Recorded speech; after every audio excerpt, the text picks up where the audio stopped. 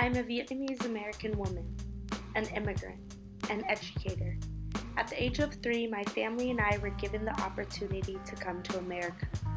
My mother was a poor farmer girl, and my father was a young soldier fresh out of the Vietnam War. With little money and not a lick of English on their native tongues, in 1994 they came to Sioux City, Iowa. For 8 years, I watched my parents work 15-hour days, chasing the American dream. The language barriers and shortage of money never held my parents back. I watched them push through. As a young girl, I learned how to dream fearlessly through my parents. My father eventually retired due to his lung disease. Being in the Vietnam War and a POW took a toll on his health. My mother began working longer nights. Things got rough. At the age of 11, I moved to San Diego, California. My schooling was in City Heights, where I attended Wilson Middle and Hoover High School. I continued to dream fearlessly, but quickly learned that although I was a dreamer, there were many things that angered me about my life and the things around me.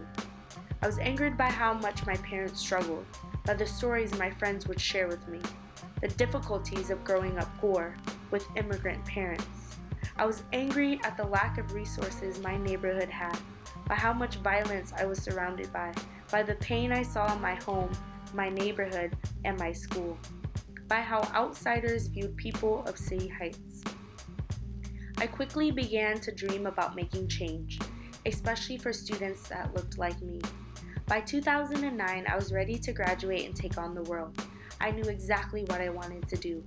I wanted to be an educator. At this point in my life, I was going to be attending SDSU as a freshman, supported by a single mom who still worked too many hours, but I earned enough money to pay for college, and I also have lost my father. I had no idea what my college journey would entail, but I was ready to continue dreaming fearlessly. Now, 7 years later, a SDSU alumni going into my 3rd year of teaching, and I think of all those things that angered me. They are now part of my teaching. Now as an educator, I want to close the opportunity gap for my students. I want my students to feel empowered, to make informed decisions, to make the best decisions for themselves, and to reach their full potential. My dreams now consist of what I believe I need to be in order to help my students grow.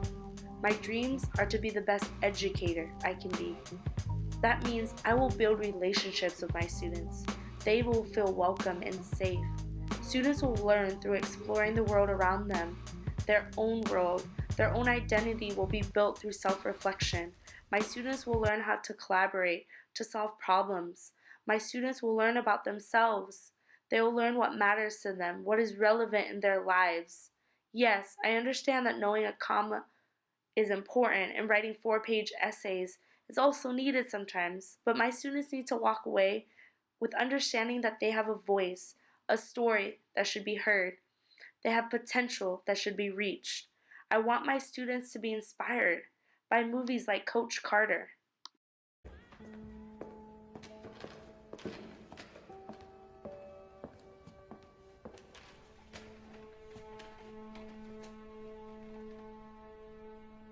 Sir, they can cut the chain off the door, but they can't make us play. We've decided we're gonna finish what you started, sir. Yeah, so leave us be, coach. We got shit to do, sir.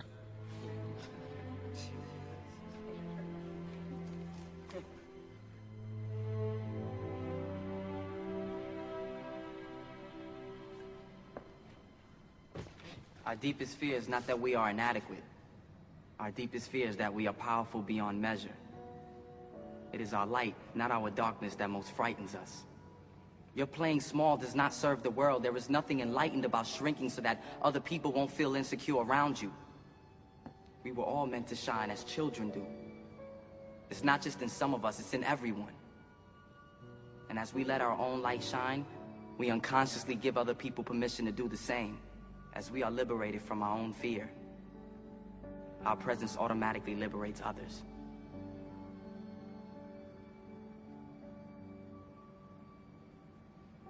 Sir, I just want to say thank you. You saved my life. I want my students to be inspired by writers like Maya Angelou, by musicians like J. Cole, who's not only a successful rapper but went to college and made his unfortunate situation into a life he only once dreamed of. I want my students to be inspired by athletes like Muhammad Ali,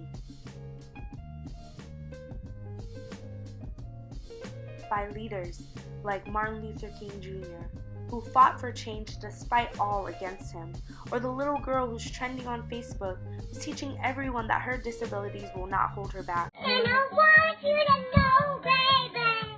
She's a karaoke queen. 7-year-old Audrey Nethery is taking the internet by storm. She's become a singing sensation with more than 1 million followers on Facebook.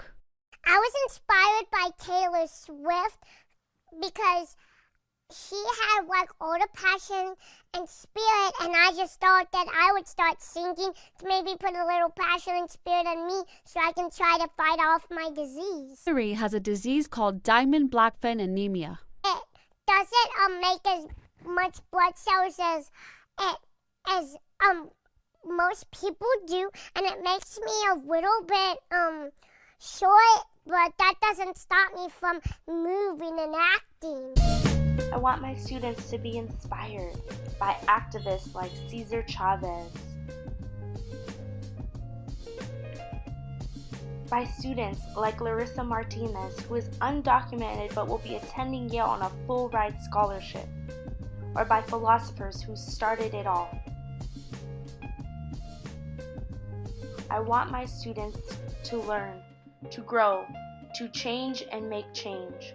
I want my students to create a world deserving and worth living in.